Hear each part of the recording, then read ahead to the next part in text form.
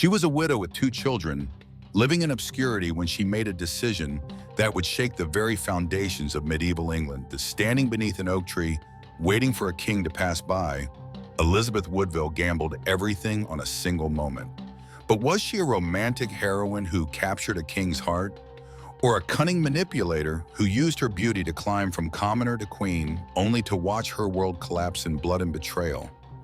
Tonight, we uncover the true story of the woman who seduced a king, survived a civil war, and may have murdered 2 innocent princes to protect her own children. The Wars of the Roses claimed many victims, but none more mysterious than the queen who disappeared her own stepsons. The year is 1464. England bleeds from the wounds of civil war as the houses of York and Lancaster tear the realm apart. In this chaos, a young widow named Elizabeth Woodville faces a desperate choice. Her husband, Sir John Grey, died fighting for the Lancastrians at the Battle of St. Albans, leaving her with 2 young sons and no protection. The victorious Yorkists have seized power, and Lancastrian widows are not welcome in the new order. Elizabeth's family estates hang in the balance, threatened by powerful enemies who see opportunity in her vulnerability. She needs a miracle, a patron, someone with enough power to protect her children and restore her fortunes. That someone is King Edward IV himself. Picture the scene: Whittleberry Forest beneath an ancient oak tree. Elizabeth positions herself along the king's hunting route, her children by her side, dressed in mourning clothes that emphasize both her beauty and her tragic circumstances. When Edward approaches, she doesn't flee or bow. Instead, she stands her ground and makes her plea directly to the king. This is either breathtaking courage or calculated seduction. Edward IV is 22 years old, tall, handsome, and known for his appetites. He has just secured his throne through military victory and political cunning. Every noble family in England wants to marry their daughters to this young king. Marriage alliances could secure his dynasty and bring powerful allies. But when he looks at Elizabeth Woodville, political calculation melts away. She is 27, 5 years older than the king, already a mother, and from a family that fought against him. By every measure of royal politics, she is an impossible choice for a queen. Yet within months, they are secretly married. The news rocks the kingdom. Edward's advisors are horrified. His mother, Cecily Neville, is so enraged she publicly questions the legitimacy of the marriage. The powerful Earl of Warwick, who had planned to marry Edward to a French princess, begins plotting against his former ally. Elizabeth Woodville has achieved the impossible, but her victory comes with a terrible price. She has made enemies of everyone who matters in England. Once crowned queen, Elizabeth moves quickly to secure her family's position. Too quickly, her critics would say. She arranges marriages between her numerous relatives and England's most eligible nobles. Her father becomes Earl Rivers. Her brothers receive titles, lands, and positions at court. Her sisters marry into some of the kingdom's most powerful families. The established nobility watches in horror as upstart Woodvilles claim the prizes they had reserved for themselves.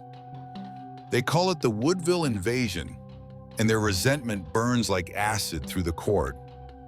But Elizabeth's greatest achievement and her greatest vulnerability comes when she gives Edward IV what every king needs: legitimate heirs. Elizabeth Woodville bears the king 10 children, including 2 sons, Edward, born in 1470, and Richard, born in 1473. These princes represent the future of the Yorkist dynasty, but they also represent a threat to anyone with their own claims to the throne. Among those threats lurks Edward's own brother, Richard of Gloucester, a man history will remember as Richard III. Richard watches his brother's marriage with calculating eyes. He sees how the Woodvilles monopolize royal favor, how they exclude the established nobility from power, how their very existence threatens the traditional order. More importantly, he sees that if anything happens to Edward IV, those 2 young princes stand between him and the throne. The seeds of future tragedy are already planted, but Elizabeth, secure in her position as queen, cannot see the coming storm. For nearly 20 years, she rules beside Edward IV, bearing his children, managing court politics, and building a network of power that extends throughout England. She survives the temporary restoration of Henry VI, fleeing to sanctuary with her children, only to return triumphant when Edward reclaims his throne. By 1483, Elizabeth Woodville appears to have won every gamble she ever made. But then Edward IV dies suddenly, leaving his 12-year-old son as Edward V, with Elizabeth as the boy's protector. In medieval politics, a child king with a powerful mother is an invitation to disaster. April 9, 1483. King Edward IV is dead at age 40, possibly from poison, though officially from illness. The throne passes to his 12-year-old son, Edward V, with Elizabeth as his mother and protector. But there's a problem. The boy king is traveling from Wales to London for his coronation, accompanied not by his mother's family, but by his uncle, Richard of Gloucester. Elizabeth's worst fears materialize when she learns that Richard has arrested her brother Anthony Woodville and her younger son Richard Grey on charges of treason. The Woodville network that took decades to build crumbles in days. Desperate, Elizabeth does something that reveals either her guilt or her terror. She flees into sanctuary at Westminster Abbey, taking her younger son, Richard, Duke of York, and her daughters with her. Think about this decision. Elizabeth is the Queen Mother of England, the most powerful woman in the realm. Her eldest son is the rightful king. Yet she abandons the royal court and hides in a church, claiming sanctuary like a common criminal. What does she know that we don't? Richard of Gloucester, now declared Lord Protector, has young Edward V brought to the Tower of London, ostensibly for his protection in preparation for coronation. The Tower serves as both palace and prison, and its walls have witnessed the deaths of many who threaten royal power. Richard then makes a demand that chills Elizabeth to her bones. He wants her younger son, 9-year-old Richard, to join his brother in the Tower. Elizabeth refuses. She knows that if both princes are in Richard's hands, her family's future and the boys' lives hang by the slenderest thread. The standoff lasts for weeks. Richard controls the government and the military, but Elizabeth holds one of the princes. It's a deadly game of chess with children as pawns. Finally, Elizabeth makes the most controversial decision of her life. Under enormous pressure, threatened with the use of force against Westminster Abbey itself, she agrees to release young Richard into his uncle's care. Her stated reason, she wants the brothers to be together during the coronation preparations. Her real reason may be far darker. Within days of young Richard's arrival at the Tower, something extraordinary happens. Richard of Gloucester declares both princes illegitimate, claiming Edward IV's marriage to Elizabeth was invalid from the beginning. The boys disappear from public view. They are never seen alive again. What happened to the princes in the Tower remains one of history's greatest mysteries. But Elizabeth Woodville's behavior in the aftermath provides disturbing clues. If Richard III murdered her sons, you would expect Elizabeth to be consumed with grief and rage. You would expect her to support any attempt to overthrow the usurper who killed her children. Instead, Elizabeth Woodville does something shocking. She makes peace with Richard III. In March 1484, less than a year after her son's disappearance, Elizabeth emerges from sanctuary and publicly reconciles with the man she should hate most in the world. She even allows her daughters to attend Richard's court, placing them under the protection of their brother's alleged murderer. This decision has puzzled historians for centuries. Why would a mother forgive her children's killer? The traditional answer is pragmatism. Elizabeth was a powerless widow who needed to protect her surviving children. Better to make peace with Richard than to watch her daughters suffer for their mother's resistance. But there's a darker possibility, one that transforms Elizabeth from victim to accomplice. What if Elizabeth knew the princes were going to die before she released young Richard to the Tower? What if she made a calculated decision to sacrifice her sons by Edward IV to protect her daughters and secure their future marriages? Consider the evidence.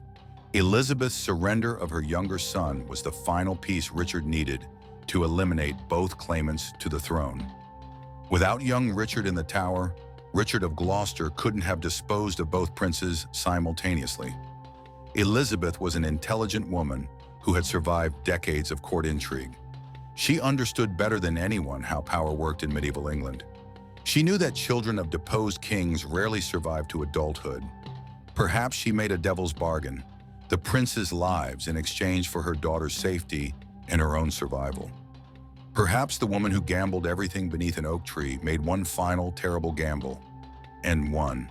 Elizabeth Woodville's story doesn't end with the prince's disappearance. She lives for another 9 years, long enough to see Richard III killed at Bosworth Field and her daughter Elizabeth of York crowned as Henry VII's queen. The woman who began as a Lancastrian widow ends her days as the mother-in-law of a Tudor king, her bloodline secured on England's throne through her daughter's marriage. But her victory comes at an unspeakable cost. If Elizabeth was complicit in her son's deaths, she achieved something unique in medieval history. She successfully sacrificed male heirs to secure female succession. Her daughter survived, married well, and founded royal dynasties. Her sons vanished without trace. In the end, Elizabeth Woodville's gamble paid off, but only if you measure success in purely political terms. The psychological cost remains incalculable. Imagine living with the knowledge that you traded your children's lives for political survival. Imagine facing your daughters every day, knowing they owe their safety to their brothers' deaths. Yet this interpretation fits Elizabeth's character perfectly. She was always a survivor, always willing to take calculated risks for long-term advantage. From her first meeting with Edward IV to her final reconciliation with Richard III, she consistently chose pragmatic survival over emotional satisfaction. Perhaps that's what makes her story so disturbing. Elizabeth Woodville may be the perfect example of how medieval politics corrupted even maternal love, turning mothers into calculators of their children's value. More than 5 centuries have passed since Elizabeth Woodville walked into Whittleberry Forest to change her destiny, yet her story continues to haunt us with its terrible ambiguities. We remember her as the beautiful widow who won a king's heart, but we forget the calculating politician who may have sacrificed her own sons to secure her daughter's futures. History has been kind to Elizabeth Woodville, portraying her as a victim of circumstances beyond her control. We prefer to see her as a romantic figure, a loving mother destroyed by the cruelty of men who sought power at any cost. But what if that's wrong? What if Elizabeth Woodville was exactly what medieval politics required? A woman willing to make the hardest choices imaginable to ensure her family's survival. In the brutal world of the Wars of the Roses, perhaps the greatest survivors weren't the warriors who died gloriously in battle, but the mothers who learned to treat their own children as chess pieces in a game where the stakes were dynasty and death. Elizabeth Woodville's story forces us to confront an uncomfortable truth. Sometimes the most successful people in history are those willing to pay prices the rest of us couldn't even contemplate. So I ask you this: was Elizabeth Woodville a loving mother trapped by impossible circumstances? Or was she the most successful political operator of her age, willing to sacrifice anyone, even her own sons, to win the ultimate game? What do you think happened to the princes in the tower? And could a mother really sacrifice her children for political survival?